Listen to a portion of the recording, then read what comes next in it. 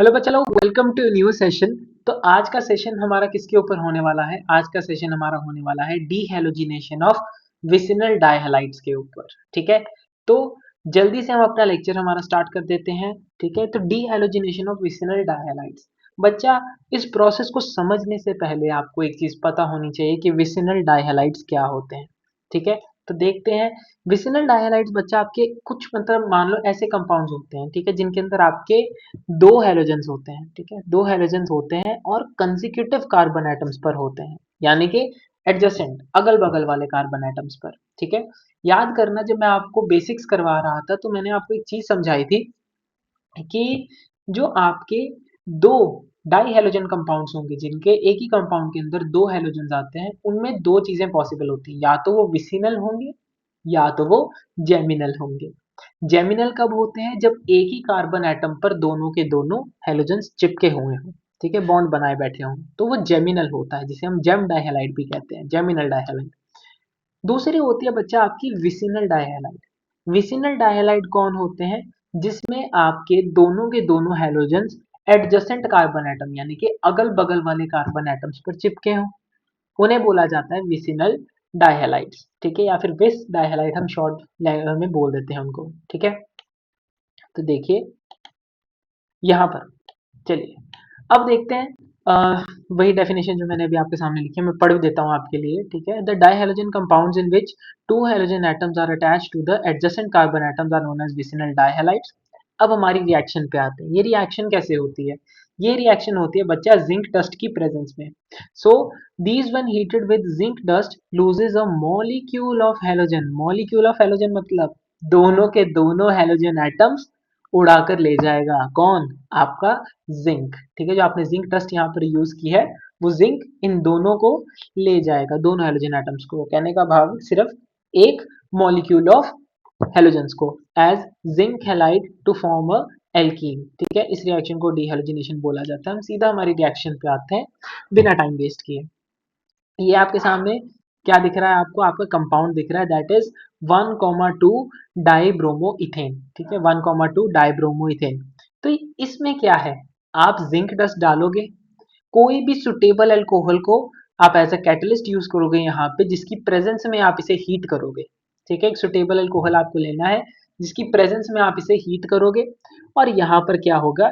ये वाला जिंक जो है, ये इन दोनों बी आर को लेकर चला जाएगा, Zn बना देगा।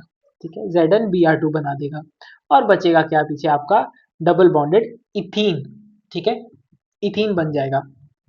उसके बाद नेक्स्ट आपके पास ये कंपाउंड है, that is the 1,2 dibromo propane. ठीक है, 1,2 डाइब्रोमो प्रोपेन है। ये 1,2 डाइब्रोमो प्रोपेन क्या होगा? इसको भी मैं जिंक डस्ट की प्रेजेंस में रखता हूँ, सुटेबल अल्कोहल की प्रेजेंस में मैं इसको हीट करूंगा। जैसे ही मैंने इसको हीट किया, ये जिंक इन दोनों ब्रोमीन को लेके चला जाएगा, Zn बना देगा, और बीच में क्या आ जाएगा? दोनों कार्बन के डबल बॉन्ड आ जाएगा। ठीक है, इतनी बात क्लियर हुई। अब हम आते हैं धीरे धीरे करके जरा इसके मैकेनिज्म पे। ठीक है, एक नोट पॉइंट है इस रिएक्शन का। ये एक बहुत ही बुक के अंदर मेंशन किया हुआ था, बहुत ही फेमस बुक है, तो उसके अंदर मेंशन किया था, तो ये जरूरी है थोड़ा सा पढ़ना कि this reaction is not a useful method for the preparation of alkenes since the dihalides needed for the purpose are themselves prepared by a alkene by the addition of halogens. यानी कि ये रिएक्शन जो होती है, ये कह लो कि useful reaction कोई नहीं है। ठीक है, ये एक यूजफुल रिएक्शन कोई नहीं है, क्योंकि इस रिएक्शन में यूज होने वाले जो डाइहैलाइड्स हैं, इवेंचुअली उनको किसी ना किसी एल्कीन से ही प्रिपेयर किया जाता है। ठीक है, एडिशन करवा के हैलोजेंस का। तो ये रिएक्शन जो है हमारे लिए उतना कुछ खास यूजफुल नहीं है, लेकिन हाँ चलो, हमें पढ़ना पड़ता है तो अब क्या कर सकते हैं। ठीक है, पढ़ना है हमें इस रिएक्शन को। मैकेनिज्म इसका बहुत ही अच्छा है। क्यों? क्योंकि ये फॉलो करती है आपका E2 मैकेनिज्म। E2 मैकेनिज्म आपको हमारे पिछले लेक्चर्स में, जब मैंने डिहाइड्रोहेलोजिनेशन के बारे में बात की थी, उसमें मैंने दो मैकेनिज्म पढ़ाए थे, E1 और E2। E2 मैकेनिज्म क्या था? बायोमोलिक्यूलर एलिमिनेशन रिएक्शन का mechanism. Okay, so that is a bimolecular elimination reaction. I strongly suggest you कि पिछले लेक्चर जो हमने जिसमें E1 E2 डिस्कस किया है, अगर आपने वो नहीं देखे तो अभी आपको ये समझने में थोड़ा सा मुश्किल हो सकती है। ठीक है, तो एक बार इसको और उसको साथ में रिलेट करके जरूर पढ़ना। ठीक है। तो E2 मैकेनिज्म में आपको बता देता हूँ थोड़ा सा, ये एक सिंगल स्टेप प्रोसेस होता है, ठीक है, सिंगल स्टेप प्रोसेस होता है जिसके बीच में एक ट्रांजिशन स्टेट आती है। अब वो ट्रांजिशन स्टेट कैसे बनी वो देखते हैं। आपके सामने मैंने ये क्या किया हुआ है, एक विसिनल डाइहैलाइड लिख रखा है, ठीक है, ये एक विसिनल डाइहैलाइड है। कौन सा? That is your 1,2 dibromo propane, ठीक है, 1,2 डाइब्रोमो प्रोपेन।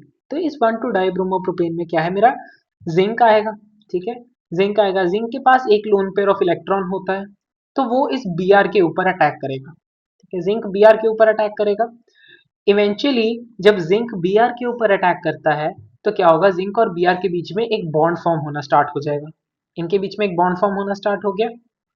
अब ब्रोमीन जो है जिंक के साथ क्योंकि अपना बॉन्ड फॉर्म कर रही है, तो कार्बन के साथ धीरे धीरे करके अपना बॉन्ड तोड़ने लगेगी, ठीक है, कार्बन के साथ धीरे धीरे करके अपना बॉन्ड ब्रेक करने लगेगी। ये जो बॉन्ड ब्रेक होगा इनके बीच में वो कहाँ चला जाएगा, इस कार्बन कार्बन के बीच में, ठीक है, यानी कि कार्बन और ब्रोमीन का, मैं जूम कर देता हूँ, देखो ध्यान से, कार्बन और ब्रोमीन का जो सिग्मा बॉन्ड है वो क्या बन जाएगा, अब कार्बन कार्बन के बीच का पाई बॉन्ड बन जाएगा, ठीक है, कार्बन कार्बन के बीच का पाई बॉन्ड बन जाएगा। अब इस कार्बन पे देखो, एक ब्रोमीन, एक हाइड्रोजन और दो बॉन्ड सी के साथ, पांच बॉन्ड तो ये बना नहीं सकता, क्योंकि सर का आपने बताया था कि कार्बन की वैलेंसी क्या होती है, चार रहती है, कार्बन की टेट्रा वैलेंसी होती है, तो वो चार ही बॉन्ड बना सकता है। तो वो क्या करेगा, इस ब्रोमीन के साथ भी अपना एक बॉन्ड तोड़ देगा, क्योंकि जिस केस में कार्बन की वैल्यू सेटिस्फाई हो जाती है बॉन्ड्स की, ठीक है, या फिर कह लो कि एक्सेस हो जाती है, उस केस में ब्रोमीन या फिर कोई भी हेलोजन एक अच्छे लीविंग ग्रुप की तरह काम करता है। तो ये जो ब्रोमीन है वो क्या होगा, इस कार्बन ब्रोमीन बॉन्ड को तोड़ के चला जाएगा। तो इवेंचुअली जगह हम देखेंगे, अगर मैं बहुत ही आसान भाषा में आपको ये दिखाऊं, ठीक है, समझाने की कोशिश करूं, तो देखो, जिंक और Br के बीच का बॉन्ड क्या हो रहा है, आपका फॉर्म हो रहा है, ठीक है, जितने देखो यहाँ पे मैंने ब्लैक से बनाए हैं, जितने वो फॉर्म हो रहे हैं ब्लैक डॉटेड लाइंस, और रेड डॉटेड लाइंस का मतलब ब्रेक हो रहा है, ठीक है। तो जिंक और Br के बीच में क्या हो रही है, फॉर्मेशन हो रही है सिग्मा बॉन्ड की, कार्बन और ब्रोमीन के बीच का सिग्मा बॉन्ड टूट रहा है, कार्बन कार्बन के बीच का पाई बॉन्ड फॉर्म हो रहा है, और ये वाले कार्बन और ब्रोमीन के बीच का बॉन्ड सिग्मा बॉन्ड क्या हो रहा है, ब्रेक हो रहा है। अगर पोलैरिटी की बात करें, so this is partial positive and this is partial negative, ठीक है, जिंक जो होगा ये वाला, दिस इज पार्शियल पॉजिटिव, और ये वाला Br पार्शियल नेगेटिव होगा, ठीक है। अब जब ये सारा ब्रेकिंग एंड फॉर्मेशन हो गया, तो लास्ट में क्या होगा, ये जो Zn Br होगा, क्योंकि जिंक के पास दो इलेक्ट्रॉन्स थे, यानी कि दो बॉन्ड बनाने के लिए कैपेबल होता है, तो ये क्या करेगा, एक बॉन्ड इस Br से बनाएगा, और एक बॉन्ड ये वाला जो Br है, जब ये बाहर निकल जाएगा Br नेगेटिव बन जाएगा, तो एक बॉन्ड ये क्या कर लेगा, उसके साथ भी फॉर्म कर लेगा, तो ये Zn Br2 बन गया, और साथ में क्या बन गया आपका, प्रोपीन बन गया, ठीक है, Zn Br2 और साथ में ये बन गया आपका प्रोपीन।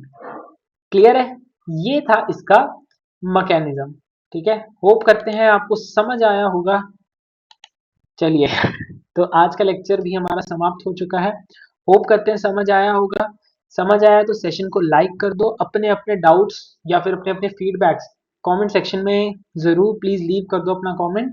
मैं देखता हूँ, मैं बहुत वेला आदमी हूँ ठीक है, मैं देखता हूँ, एंड अगर कोई जेन्युइन डाउट होता है तो मैं उसका रिप्लाई भी करता हूँ, ठीक है, सो मैं निराश किसी को नहीं करता।